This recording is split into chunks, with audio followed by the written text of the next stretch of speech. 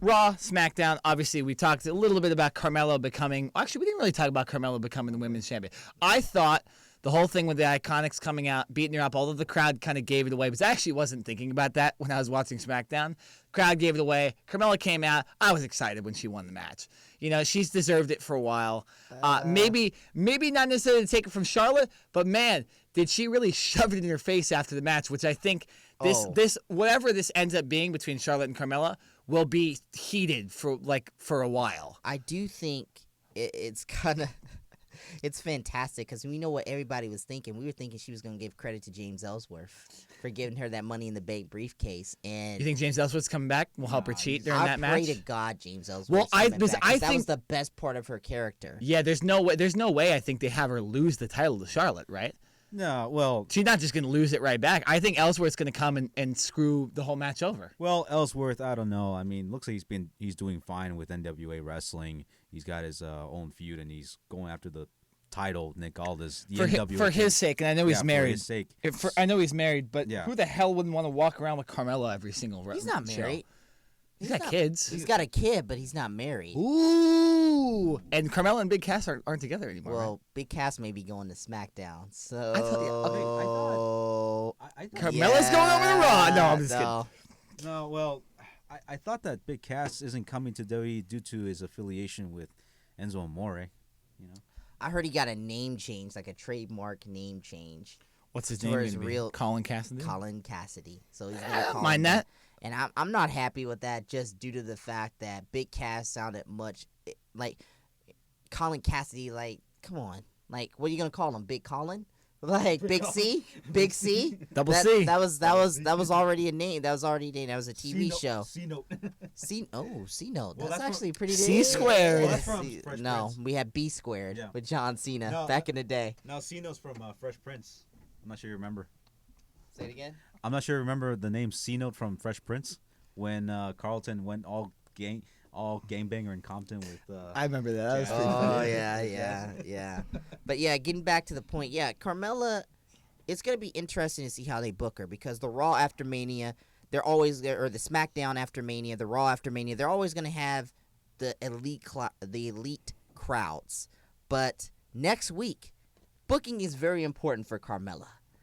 And booking is very important for this superstar shakeup because the way Carmella's title reign is booked can make her either a pretty decent champion or good champion or make her a Jack Swagger. That is an insult. Or make her the female Jack Swagger. Because let's face it, okay, Carmella doesn't have the best wrestling ability in the world. But she doesn't have the best wrestling ability in the world. She's hot as hell, but let's just be honest here. She, was lacking in, honestly, the heat department. I heard no heat for Carmella. So her ability to get over as a heel is going to be essential. That's why I think they should bring back James Ellsworth. They've got to bring him back because they've got to find a way to get this girl some heat as a champion, or else this thing is going to be over very, very soon. Well, if you're looking technically at the wrestlers, Charlotte and Carmella, Charlotte should wipe the floor with her. But you're right. There needs to be some heel stuff that happens. And I think bringing Ellsworth or having something else that we're not thinking about happen in this match. Well, bring somebody. Yeah. Other than just James Ellsworth. Like I said, he's doing his own thing. But for Carmella, I liked how she. The referee was taking his time try to don't you love how Kyoto juiced the whole thing? Me and my brother were like, dude, put the cash in. Yeah, what are you doing? Like, what the heck is going on? I was like, what's the holdup? Like, they really. It's because she was screaming and he couldn't understand her, but clearly we all knew what was going on. Yeah, she was giving him the thing. These referees are the dumbest human beings ever, apparently. Yeah, and basically that's a play off the NFL, the NBA, how all referees are dumb. All referees are idiots. No. But at the end of the day, it was a great moment. It was fantastic. The crowd was amped for it. I was, but I started thinking immediately after. Okay, in the words of Goldberg, who's next? What's next for her? Is Charlotte going to Raw? By the way, okay, if you want to do WrestleMania 35, you got to keep Ronda Rousey and Charlotte completely and totally separate, unless you want to make them a tag team. Unless you want to bring in unless you want to bring in a women's champion, tag team champion. No, man. And have them implode like the Mega Powers. I was going to say this. I swear to God, I texted that in the group and you stole my idea. I didn't text anything in the group. No, that is theft. I was going to mention that literally in about 2 minutes that they should admit. Well, first of all, they should. Okay? Because there's a lot of women that are underutilized. And a tag team, you add 2 other women to any match, and it's, it gets up. And, if they want to make, that's like one of the last few things they can actually do with the women that's new. I think that's a really, really bad idea. Because I'm not there surprised. Won't be another tag. There won't be I'm not surprised Ryan thinks that's a bad idea. Hey, man, I'm not always negative. I'm not always negative. Okay, but what percentage of negativity? I think the only positive thing he was about was Hulk Hogan on this show. Hulk Hogan. Well, I mean, like, hey, man, the man allegedly didn't like black people. So, I mean, I which think is super surprising. I thought you were going to give him. I thought you had the most heat with him. Well, speaking of, it makes no sense. Well, speaking of black people, you got. Speaking of black people, this is Eric's black update. Congrats to Naomi. Tell us what's going on in the black community, Eric. Congrats to Naomi on winning that trophy that looks like a vagina. How does it look like a vagina? The trophy looks like a vagina. You don't see how it looks like a vagina. It looks like a plastic trophy that you win at like Dave & Buster's. I don't know if it looks like a vagina. A plastic vagina. That's what it looks like, man. It looks like a plastic vagina. I mean, that thing looks like Did your mom think it looked like a plastic vagina too? No comment, but yeah, fallopian tube and everything. And everything. We were like, oh, shooky, this is a vagina. Congratulations for winning the vagina. I mean, the women's trophy. Yeah. Women's battle royal. I mean, yeah, but salute to Carmella. Let's see what's going on with her next. What did you think about Ronda Rousey making Stephanie McMahon tapped out? You know what somebody said, and I instantly thought this too, and I get upset sometimes because people like say things before we get on the air, and then it looks like we're not authentic. But Ronda Rousey and Stephanie McMahon's angle reminded me of Stone Cold Steve Austin and Vince McMahon after WrestleMania 14. You remember that angle? You ever seen that, Matt? You've ever seen that angle? I actually have not seen that angle, no. Really? Okay, well, feel free to go on and the WWE Network immediately after and watch that angle where Vince McMahon says, hey, we got off onto the wrong foot. It's a new season now. It's WrestleMania time. It's after WrestleMania. You're our WWF champion. You're going to be leading the ball. We just need you to just fall in line with corporate measures. And Stone Cold Steve Austin pretended like he was going to do that and then stunned Vince McMahon like he always did. So it reminds me of Ronda Rousey and Stephanie McMahon, and somebody mentioned that earlier on their podcast in their review of Monday Night Raw.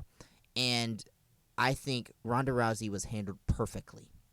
Perfectly. Don't say anything. Be a badass. Yes. Don't say anything. Break her arm and walk out. I agree with you on that, and I'm gonna transition this. Actually, Eric, I'll let you talk. Anyone want to say something? No, yeah, definitely. Do I see a Austin and McMahon comparison on this one? We might be seeing that, just as far as Ronda, just like you said, be a badass, and also just kick ass, be anybody, and just don't say anything. Just keep that mystique. In a way, keep the mystique alive. Yeah, it's one of the 48 laws of power, like I told you on Ryan Rants last week. What you want to say, Nick? Oh, no, I was going to say that I wanted to transition this just to give them credit for that match at WrestleMania. Rousey, Triple H, Stephanie McMahon, Kurt Angle. That was the match of the night for me, at least. That was the way they had Kurt Angle put Stephanie in an ankle lock and Triple H go one-on-one with Ronda Rousey in the middle of the ring, and Ronda Rousey just whooped his ass. Yeah. It was fantastic, dude. I really enjoyed that match, and I think one of the reasons I liked it was because I didn't really know what I was going to see from it. Yeah. And I think that's the one good thing about all these authority matches is a lot of times, and this just shows you, as much as some people don't like Triple H and a lot of people think he buries a lot of people, his matches at WrestleMania are always entertaining, except for the one against Roman Reigns, but that wasn't really his fault.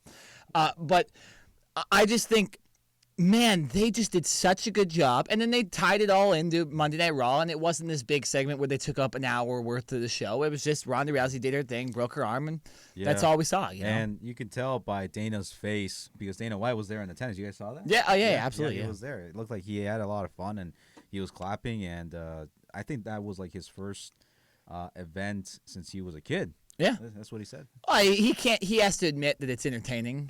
Dana White can't go over and say that it's not entertaining. I mean, he takes WWE guys all the time. Yeah, exactly. Come on, allegedly, from what I hear, there's a rumor that always circulates that he is in constant communication with the WWE people about how to promote, how to do this, how to do that, and he takes from Vince McMahon. It's smart, and Vince McMahon probably asks him about stuff too. It's probably a mutual thing. I mean, they're both promoters in the end. It's that love-hate relationship that I see, if anything. I think it's just the fans that just take it too personally. They have the exchangeable words, that I say.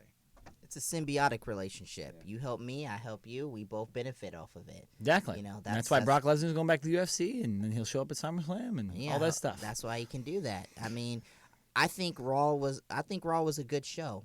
I think Raw was a really, really fun show to Absolutely, watch. It was. Jeff Hardy coming back surprised me a little bit.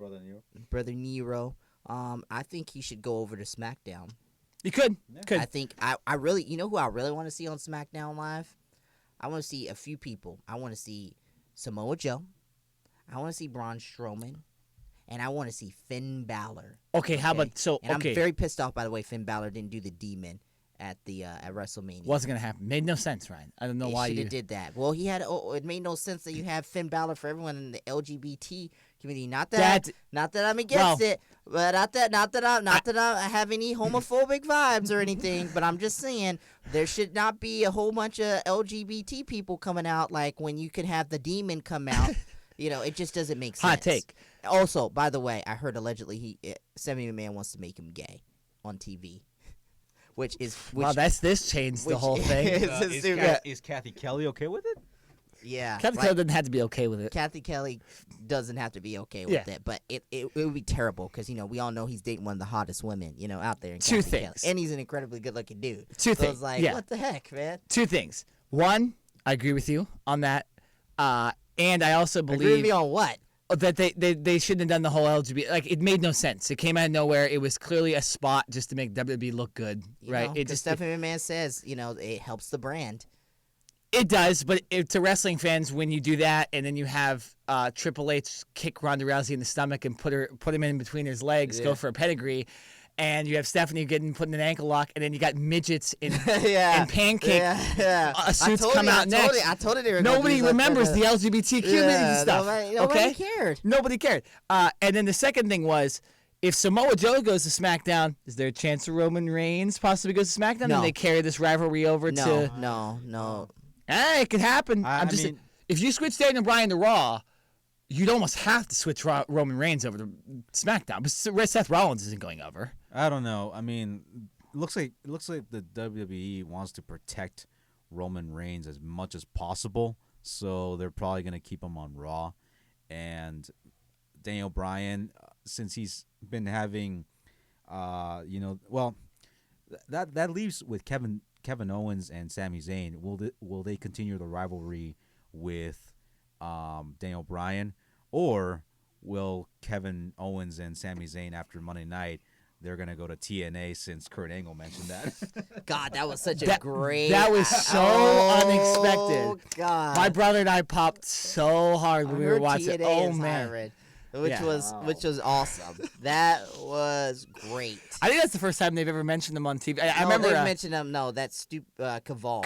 Well, no, he said total nonstop action in a rap. That doesn't count. I'm saying officially. Remember Michael Cole used to do all that stuff for NXT. By the way, that's some of Michael Cole's best work when he used to do those NXT, the old NXT, especially the one with the women when like AJ Lee was on it and stuff like that. And he used to just be distraught. He used to hate it. And just talk crap on it the whole time. Yeah, I mean that part, the total nonstop action, what Caval said, that was different. But Kurt Angle just said it like nothing. Yeah, like it was nothing. So just that one comment just left everybody all in shock. Even me.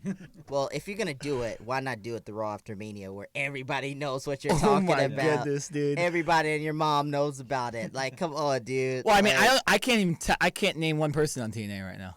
Austin Aries. See, but he was wrestling for what, the Ring of Honor Championship the other night? Like he was going back to back. the problem with TNA is they've turned into like an independent promotion now. They're not their own. Like it used to be. Yeah. It honestly used to be WWE and TNA. No, yeah, definitely. And then there was independent wrestling. When- now TNA is they just switch and they go to Lucha. Yeah. It doesn't make any sense. Yeah, when TNA got the green light going to Spike TV back in 2005, it was TNA. Like they were their own brand. 05, 06, 07, 08, 09, they did stand out as like a brand, and it did get serious when they brought in Hogan and Bischoff and all these guys. And definitely I can tell you that TNA was at its finest during those years. Even people can say, they can look back at it, that they probably say, man, even though I was critical about it, I actually enjoyed what they did, you know. I think there's fans like that, but I think like after broken Matt Hardy and obsolete Jeff Hardy left, it hasn't been the same.